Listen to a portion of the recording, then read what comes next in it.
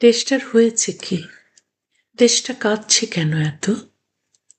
যাকেই পাচ্ছি জিজ্ঞেস করছি, কেউ মুখ ফুটে বলছে না কি হয়েছে দেশের। দেশটার ধারে কাছে যেতে আমার মানা। আমার হাত জোড়ায় শিকল, পা জোড়ায় শিকল।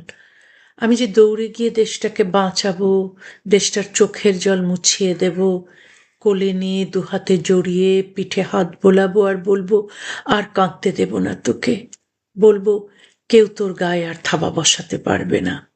পারছি না। হাওয়া যারা বসিয়েছে তাদের আমি দূর থেকে দূর দূর করে তাড়াচ্ছি।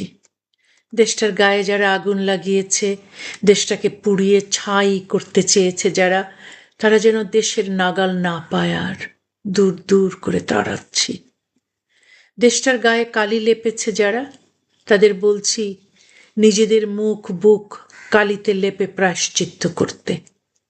দেশটাকে চাবুক মেরে মেরে রক্তাক্ত করেছে যারা, তারা কেন নিজেদের গায়ে চাবুক মারছে না? দেশটাকে মাটিতে ফেলে পায়ে পিষছে যারা, তাদের আমি ক্ষমা করতে পারছি না।